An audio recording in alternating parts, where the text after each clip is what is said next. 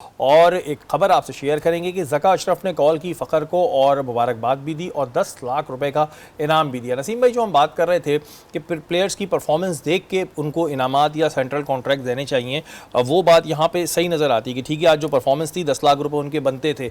अब ये जो हमारे यहाँ सिस्टम हो गया कि प्लेयर जैसा भी परफॉर्म करे उसके 60 लाख 40 लाख फिक्स किए हुए, गलत नहीं है। और किस तरह देखते हैं ज़का अशरफ ने 10 लाख रुपये का इनाम दिया।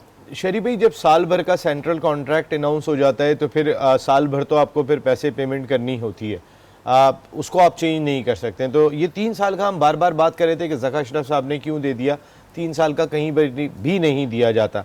अब ज़का अशरफ साहब वर्ल्ड कप तक तो बकौल हमारे प्राइम मिनिस्टर अनवर काकड़ साहब के वर्ल्ड कप तक तो ज़का अशरफ साहब मौजूद हैं। इस वक्त बड़ा इवेंट चल रहा है, छेड़ नहीं सकते। शाहिद खान अफरीदी के हवाले से जो कुछ हमने कल कहा था वो जिम्मेदारी संभालने के लिए आ रहे हैं, बिल्कुल एज़ यूजुअल है। आज भी पाकिस्तान क्रिकेट बोर्ड का एक प्रेस रिलीज़ ही समझ लें जारी हुआ था, जिसमें उन्होंने ये बात कही कि जो भी मीडिया ये ख़बर दे रहा है कि ज़का अशरफ साहब को एक्सटेंशन मिल गई है, ये गलत है। और जब तक वज़ीर आज़म पाकिस्तान चाहेंगे ज़का अशरफ साहब काम करते रहेंगे। तो इसका मकसद ये है कि ज़का अशरफ साहब वज़ीर आज़म साहब की ईमा पे काम कर रहे हैं। आज का जो रिज़ल्ट आया है उसने ज़का अशरफ साहब को भी तक़वियत दी और पाकिस्तान क्रिकेट टीम को भी तक़वियत दी है। अगर पाकिस्तान क्रिकेट टीम सेमीफाइनल में पहुंचने में कामयाब हो जाती है तो मेरी अपनी ज़ाती राय में या तो कोई अल्लाह ना करे कोई इंग्लैंड से 1 साइडेड हार जाए, एकदम से मजाक दोबारा बनना शुरू हो जाए, कोई रिएक्शन सरकार की तरफ से आ जाए।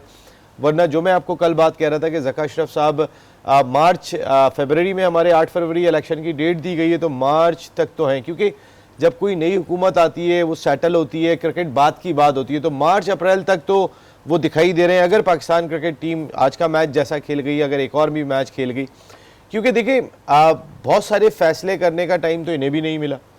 और अब ये क्या फैसले करते, क्योंकि इन्होंने कुछ फैसलों से बहुत मायूस किया।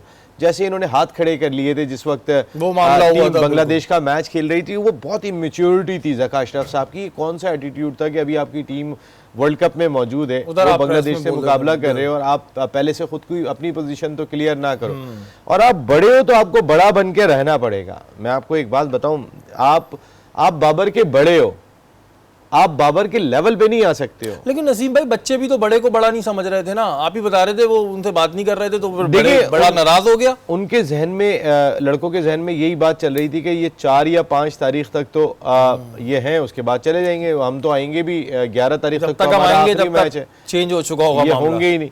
लेकिन अब ये वर्ल्ड कप तक रुक गए, तो अब जरा थोड़ा सा मेरे ख्याल है, देखें बड़े फ्लेक्सिबल लोग हैं हमारे यहाँ, तो कहते हैं ना वो जरूरत इजाद की माँ है, जैसी जरूरत होती है वैसे एडजस्ट कर लेंगे। बाबर आजम भी एडजस्ट कर लेंगे, ज़का साहब भी एडजस्ट कर लेंगे। हाँ, वो ज़का साहब के साथ सेम वो हो गया था जब वो स्कूल में खतरनाक टीचर का आखिरी दिन होता था, तो बच्चे उस दिन होमवर्क करके नहीं आते थे, और अगर पता चल जाए उसने अपना रिजाइन नहीं दिया तो फिर सबको पता लग जाता था।